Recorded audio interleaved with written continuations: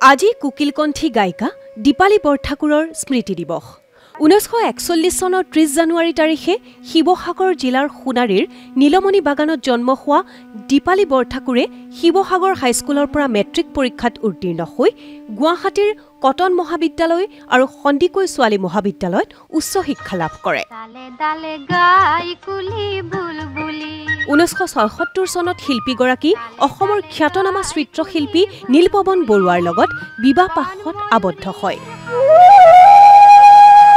আকাশবাণীৰ নিয়মীয়া শিল্পী হিচাপে তেওঁ প্ৰথমেই বন্ধু সময় পালে আমাৰ ফালে এবাৰ আহি যাবা গীতটি পৰিৱেশন কৰিছিল।